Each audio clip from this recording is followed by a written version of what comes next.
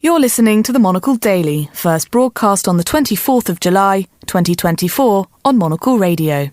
Vice President Kamala Harris puts Donald Trump in the dock, at least metaphorically. Will sanctioning Russia ever actually work? And the looming struggle for the soul of the UK's Conservative Party. I'm Andrew Muller. The Monocle Daily starts now.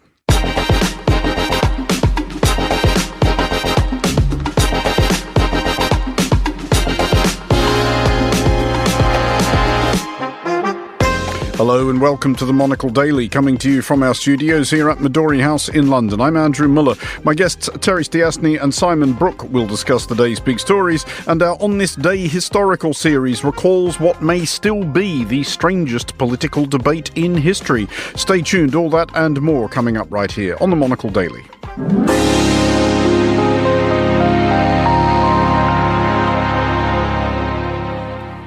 This is the Monocle Daily. I'm Andrew Muller. I'm joined today by Terry Stiastny, the author and political journalist, and by Simon Brooke, do we call you a consultant?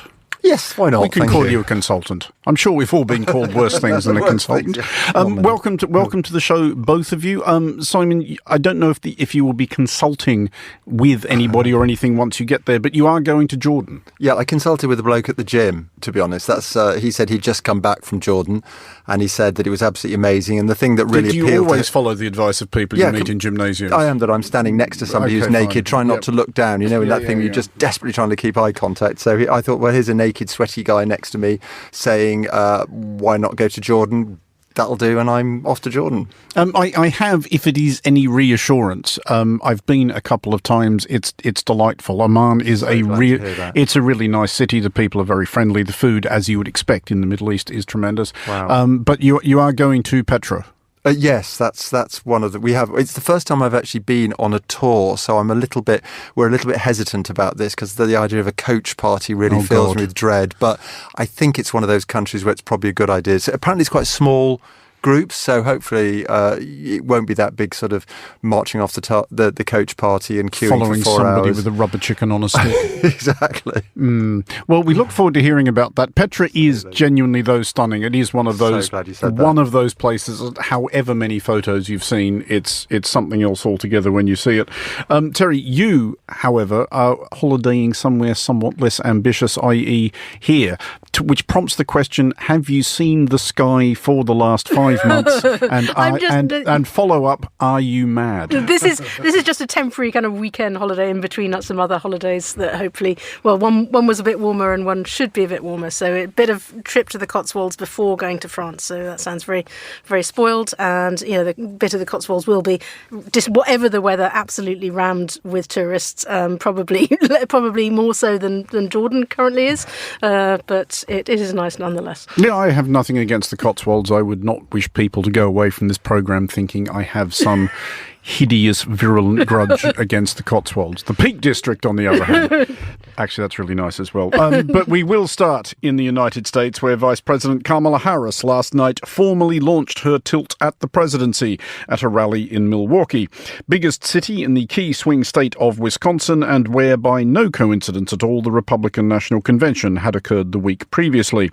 Harris, who at 59 would be the senior partner on most US presidential tickets, if she wins in November, she will be the 13th oldest president, is able to seem an invigorating blast of youthful fresh air compared to Joe Biden, and holds over her Republican rival Donald Trump the advantage, as she may have mentioned once or twice, and may yet again, of being a former prosecutor who used to convict criminals while he is a convicted criminal. Here is some of what Vice President Harris said. So as Leah told you, before I was elected vice president, before I was elected United States Senator, I was elected Attorney General of the state of California, and I was a courtroom prosecutor before then. And in those roles, I took on perpetrators of all kinds. Predators who abused women, fraudsters who ripped off consumers, cheaters who broke the rules for their own gain. So hear me when I say, I know Donald Trump's type.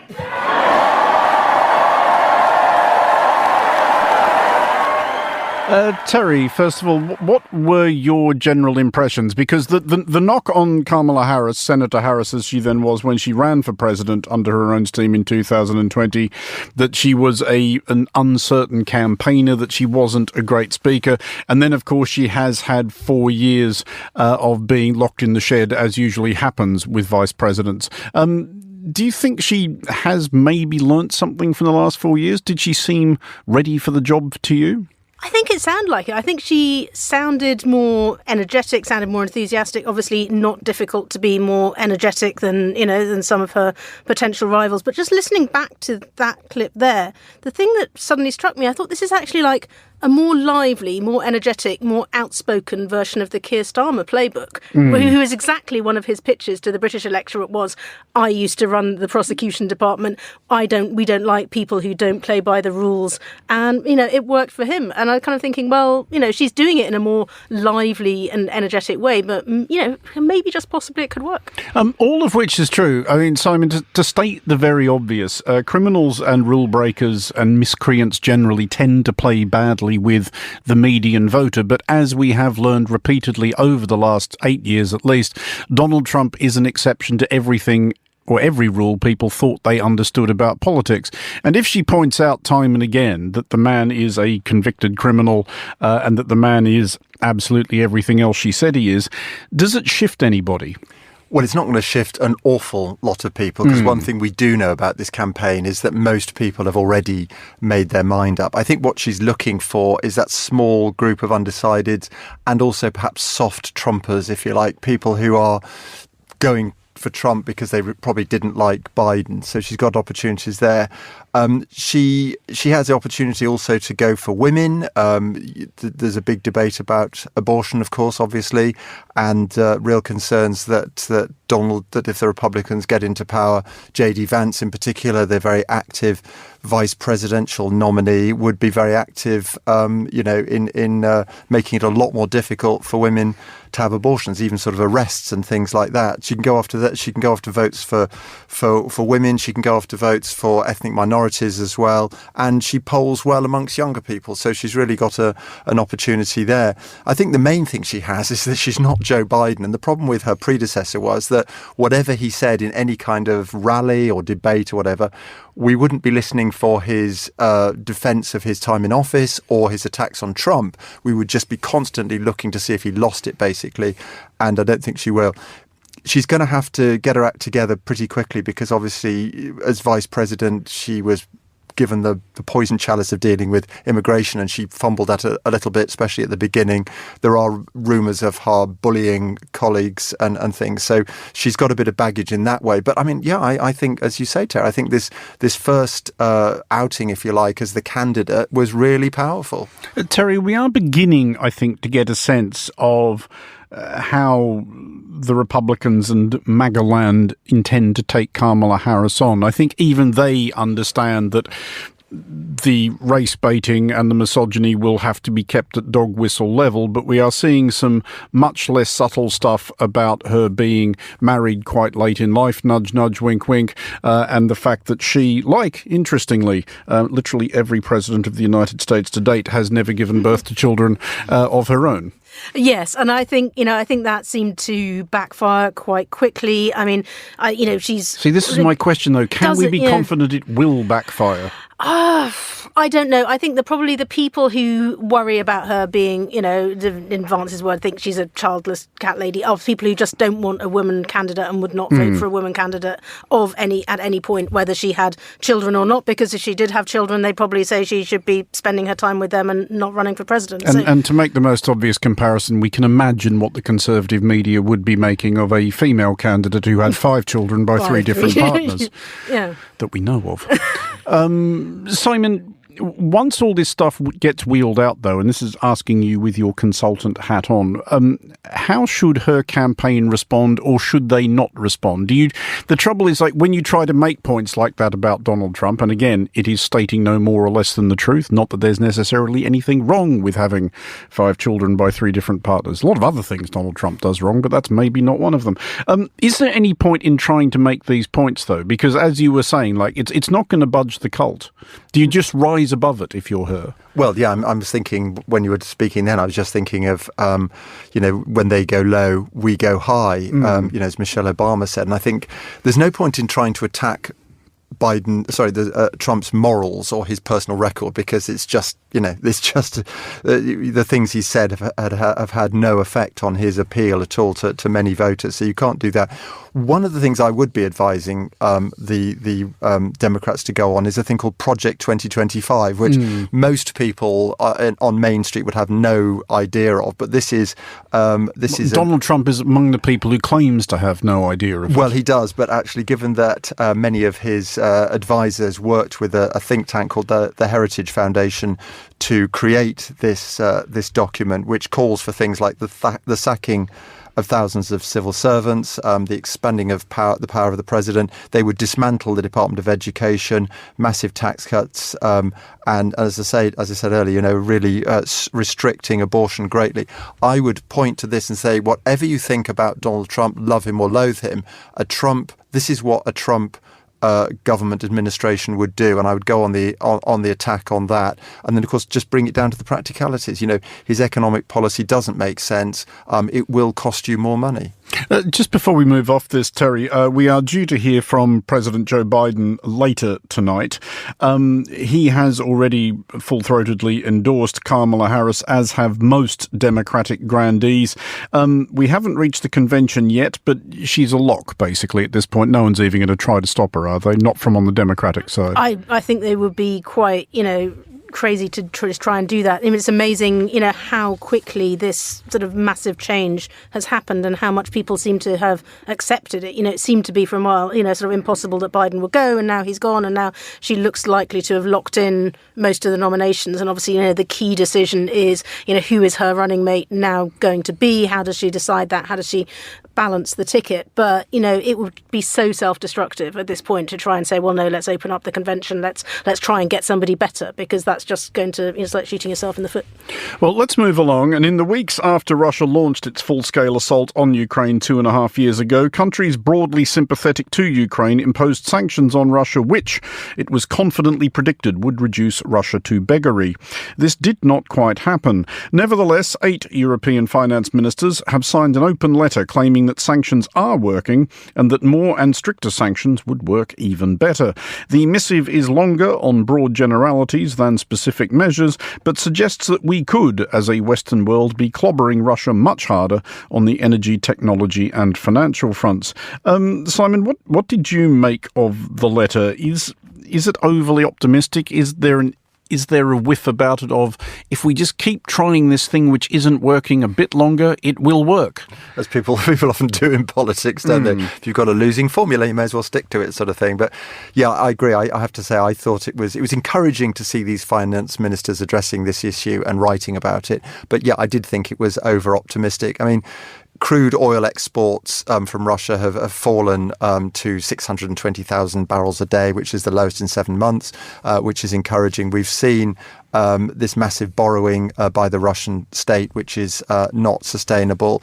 But the problem is, interesting that there's another piece today in the Financial Times by Alina Rybakova, who is a fellow at the Peterson Institute for International Economics. And she makes the point, and I think this is more relevant really, that the weapons that Russia is using against people in Ukraine are still largely being made by components from Western countries. I mean, she gives an example of a weapon which is used to terrify Ukrainian civilians, which is made of components from countries such as Canada, China, Germany, the Netherlands and things. So I think Putin's playing this quite cleverly as well, because the more control he has over the Russian economy is not great for economic growth, but it does allow him to say, look, I will protect you against the West, which is out to get you. And then one final thought I always think about this, the sort of militarization of the economy, the war economy is that he's created, is if you're going to have a war economy, yes, you'll have this sort of economic stimulus, but you've got to have a war to make it relevant, haven't you? So you carry on in Ukraine, or if Ukraine collapses, you try somewhere else or whatever. So Yeah, I did think it's going in the right direction, but I thought slightly through rose-tinted spectacles. Because I do often wonder, Terry, whether sanctions are not necessarily so much as doing something as a substitute for doing something. It's reasonably easily done. It's reasonably, not exclusively, but reasonably cost-free to the people who impose the sanctions. But it's just what I always come back to is having reported from a few countries which have been under sanction of some sort or another. They tend to punish the people who can stand at the least and who probably don't really deserve it.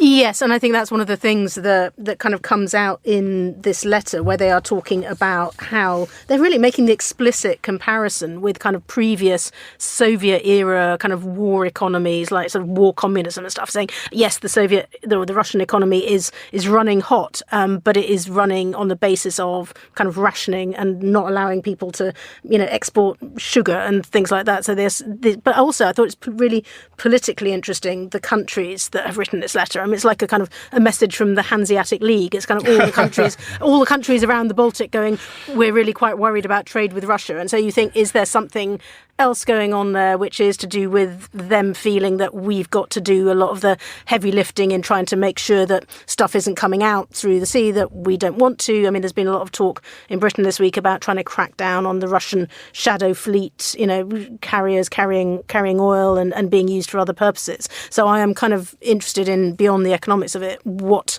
politically is their concern here. And obviously for the Baltic states, it's quite obvious, but they obviously feel that more needs to be done and perhaps they need more help from the rest of Europe.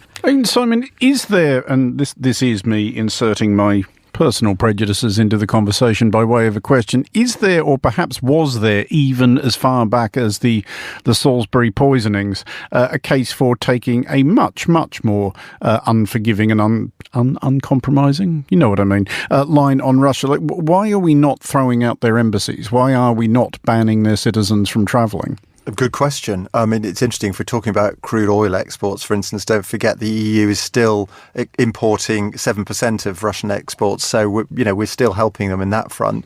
And then there are the Stans have seen this massive increase, hundreds of percentage points of cars and various bits of engineering that have been coming and going. So Russia seems to be doing quite well in that way. I'm 100% with you, Andrew. I would have cracked down hard and quickly on this and done it as quickly as possible. I think the problem is, again, we were talking about American politics just a moment ago. Joe Biden, it said, wanted Russia to lose, but lose gently. I think there's a real fear that if you poke the bear too hard, this is a nuclear state, that things could get a lot worse. But I mean, in a way, it's like death by a thousand cuts, or pulling off a plaster to confuse the analogy. Do you just do it quickly and get it done, or do you take some time and hope that you can sort of squeeze things slowly and eventually get Russia to change its mind, rather than having to take real sort of strong action? The other difficulty with these measures, Terry, is that I wonder if they do play into what is clearly Russia's strategy at this point, which is to just basically decide that we can wait longer and we can endure more. I think, as everyone who knows who's been in a conflict with Russia ever, that is what Russia can historically do. And, Russian governments over history have tended to do that at the expense of their own people and at the expense of other people that they're coming into conflict with. And I think it's interesting that they're also pointing out, these finance ministers, that they are worried about Belarus, that they are worried about, say, that sanctions should be mirrored on Belarus as well. So there obviously are concerns there that, stuff is getting through that shouldn't be. And they know that Russia can carry on, even if the long-term effects are ultimately bad for them. Well, to the UK now, where some functionary of the recently elected Labour Party is wearily resetting the days in government without a factional schism flip counter from 20 to 0. Last night, 7 Labour MPs voted against the government in a losing cause, i.e. an amendment which would have scrapped a rule which limits state benefits to any more than 2 children. The 7 rebels have had the party whip suspended for for 6 months, so will effectively sit as independents. On the other side of the aisle, where the recently ousted Conservatives are advertising for a new leader, the first hat has been flung into the ring by former Home and Foreign Secretary James Cleverly. Terry, to the Labour thing first, and to be clear to international listeners who may be baffled by this, the 7 rebels were in favour of scrapping this stricture which confined state benefits to 2 children. The Labour leadership wishes to abide by it, at least for the moment. It is often a very fine line between noble defiance and futile grandstanding. Which side of it are the 7 on? I think they're on the side of futile grandstanding, and I think Keir Starmer knows that, and I think that's why he decided to make a show of it, because these are people who, broadly speaking, sort of Jeremy Corbyn type Labour people. And they are 7 people, I think it's safe to say that if they had lost their seats, Starmer would not have wept long into the night. No, he won't be weeping long that they've lost the Labour whip for the next 6 months, that they won't possibly be at party conference as Labour MPs. And he's just showing them who's boss, and he's showing them early on that if you rebel on the first Labour King's speech that you've had in 14 years, which is setting out the government's whole programme for the next year or so, we are going to come down on you like a ton of bricks, so don't be tempted to try it, everybody else. And I think, it was probably, from his point of view, the right thing to do. I mean, it is very much in keeping with Starmer's disciplinarian, verging on authoritarian approach to party management, I think it's fair to say. But is this an unnecessary, Simon, expenditure of political capital? Might he have been better advised just to sort of shrug his shoulders and say, see if I care what they think? No, I think one of the things he made absolutely clear in the election campaign was that he has no place, as you were saying, Terry, for the left. He served under a Corbyn cabinet, shadow cabinet, but he really has no truck with these people. And I think he's already got an eye probably to the next election. And if people are sort of worried, have we elected a Labour government which looked moderate, but in fact is going to be sort of like Corbyn, his left-wing predecessor, is going to be extreme left-wing, just make it absolutely clear that no, this is a moderate government. And of course, 7 people out of his massive majority is just ridiculous. But it's worth remembering that a lot of those MPs, Labour MPs, are sitting on very small majorities themselves. We've got quite a few that are just double digits or whatever. So I think that's why Starmer is making it absolutely clear he's the boss. Yeah, and as a party leader, you've got to crack the whip right away, because once you let people just sort of rebel a little bit, it's very, very difficult to go after them afterwards. But is it not the case, Terry, that the thinking seems to be that this cap will be scrapped in due course anyway? Oh, I think gradually, yes. I mean, they've already said, well, we're going to set up a task force, we're going to look into it, might be something that we can do once we can afford to do it. But I think this is a symbolic thing, don't go voting for some ill-thought-through amendment that's not actually going to change anything. There will be a process, and if we're going to change the legislation, we will do it, A, when we've got the money to do it, and B, when we feel that it's the right time to do it, rather than this amendment was never going to win, and it was just a way of saying, Don't be trying to play games like this with us. Well, on the other side of the aisle, Simon, James Cleverly, as we were saying, former Home and Foreign Secretary, first out of the gate. But if we can thrash this metaphor still further, the bookmakers still do not have him favourite. You can get 15-2 on James Cleverly. Kemi Badenoch is still favourite to be the next Tory leader. Is that right there? Is it fair to say the struggle for the soul of the Tory party? James Cleverly being, I think, broadly regarded as a fairly sensible, smallish C conservative pragmatist. Kemi Badenoch tending towards the culture war headbanger tendency. Well, gosh, yeah, that's interesting. I mean, I think the thing, if I was advising him, I think the problem, James Cleverly looks very and sounds very reasonable, as you say. I mean, if I was advising him, I would say you're going to have to add a little bit more energy and passion. It's great not to sound, as you say, like a headbanger, but we still want somebody who seems to really believe in something. That's what he's lacking. I think Kemi Badenoch would be would work very well for the Tory party. I mean, the idea that the Tories are the people who are led by a black woman, I mean, amazing, you might say in itself. The only problem she has, I suppose, is that she can shoot from the hip. And as you say, that the culture wars, the woke agenda would play very well with the Tory party membership, and she might well use that, because they do have a vote towards the end of the process. But it wouldn't play so well, I think, for general across the electorate as a whole. Certainly not for the blue wall, those comfortable traditional Tory seats that the Tories are going to have to fight to get back. The other thing, of course, is to bear in mind is that almost certainly whoever does win this election will be a caretaker prime minister. I mean, having said that, leader of the opposition. Sorry, I do apologise. They won't be prime ministers. Exactly, they probably won't be prime ministers. Is what I'm saying. Even though the electorate is very volatile at the moment, and there are many seats, as I say, that are on a knife edge. So the other question, I suppose, is somebody of Kemi Badenoch's sort of nature, her style, her temperament, if you like, well suited to doing a sort of steady as she goes, let's change the party, ready for the next leader to come in and actually possibly be that prime minister. Well, that is the case, Terry, that a new Conservative prime minister or the next Conservative government of the UK might be a 10-year project. So if you are a reasonably young Tory MP up-and-comer right now, thinking I would quite like to be Prime Minister one day, do you want to lead the party now? Oh no, you don't. You want to be the next one, as Simon was saying. You don't want to be. You want to be the leader after this. And I think the trouble is that they haven't got that many new people coming in because of the nature of their defeat. And the other really, really big problem for the Conservative Party is you've basically got two Tory parties. You've got the Tory party that thinks if only we'd been more like Reform, if only been more like Nigel Farage, we'd have held on to all the seats in the north that Boris Johnson won, that we lost instantly.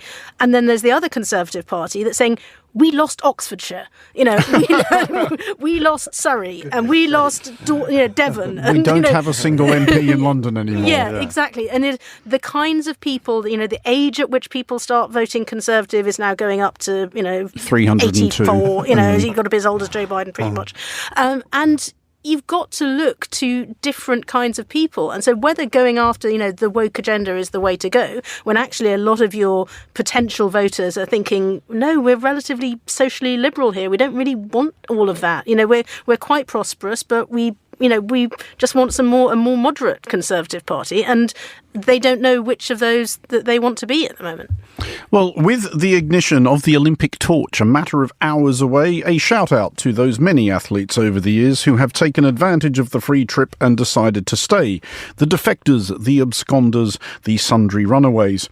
A troop of Ghanaians appear to have got in early. The facts as they have emerged are that the ne'er-do-wells in question obtained Norwegian visas claiming to be para-athlete contestants in the Bergen Marathon back in April, duly arrived in country and then vanished.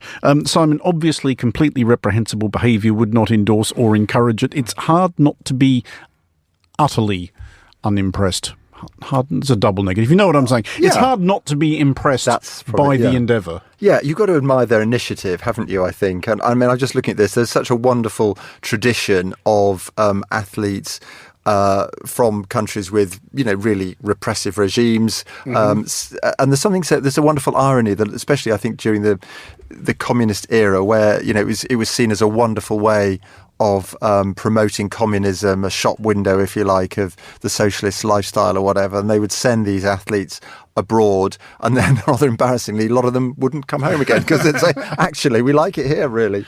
So, I mean, I always have this sort of wonderful image of, a sprinter or something just sprinting, passing the, the pole vault. Yeah, exactly. And then just carry on going. Straight out of the stadium, hailing a taxi and never being seen again. And what a wonderful reward for all that hard work. My particular favourites on that front are the Hungarian Olympic team of 1956, who arrived in Melbourne a bit later in the year than the Olympics is usually held, more or less exactly around the time the Soviet Union invaded Hungary.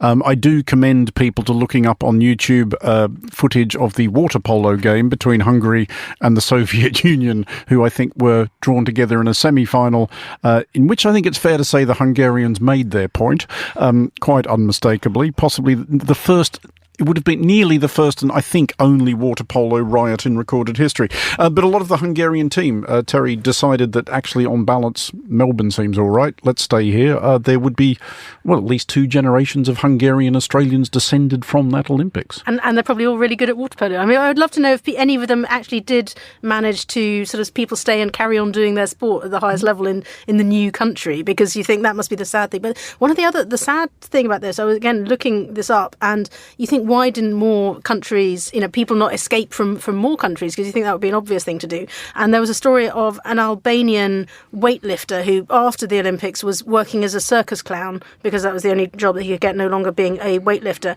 And somebody said to him, well, why didn't you leave? And he said, because we had so many secret police. We had literally one secret police for every single athlete. So the Albanians and the North Koreans just would have loved to try and escape, but they didn't stand a chance because they were so closely under supervision. I did want to close by asking if any of us here are really in a position to judge the Ghanaian Norwegians as they now apparently appear to be. Has anybody here ever snuck into a foreign country under false pretences?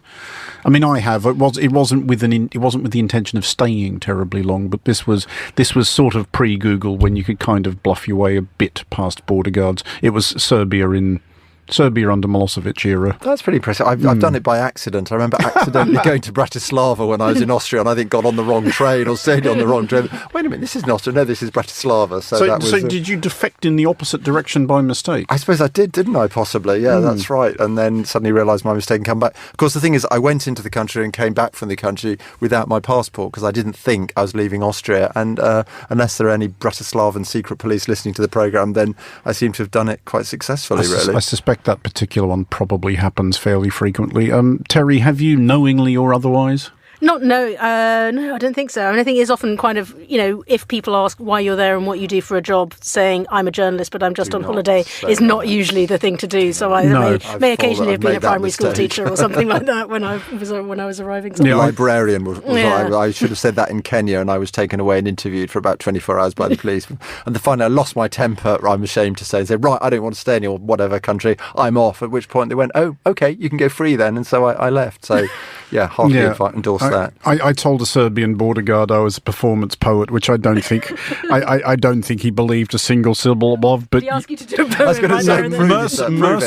Mercifully not. But you could just kind of see that he'd been sitting out in the sun. He had a cup of coffee on the go, and a nice big thick book, and clearly just could not be asked with the paperwork, and put me back on the van and sent me on my way to Belgrade. I've been very grateful to him ever since. Terry Stiasny and Simon Brooke, thank you both for joining us. And finally, on today's show, our On This Day historical series recalls one of the odder confrontations of the Cold War.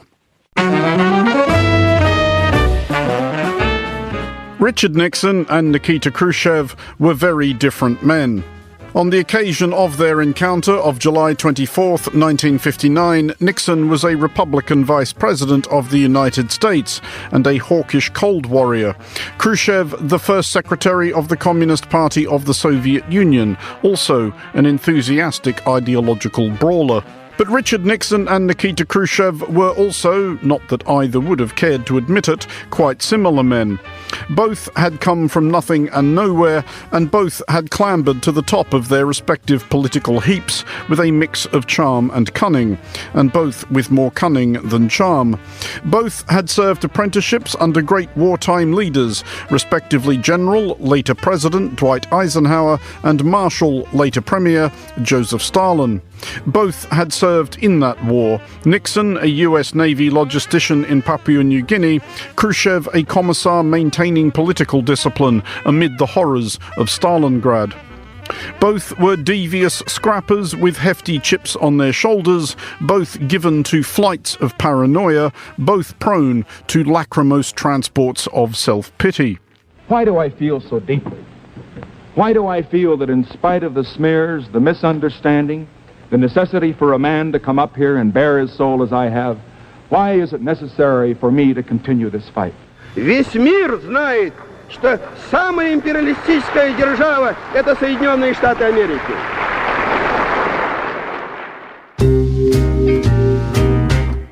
If it wasn't surprising that they disagreed when they met on this day 65 years ago, nor was it entirely astonishing that they disagreed actually quite affably, or at least clearly agreed to enjoy the row.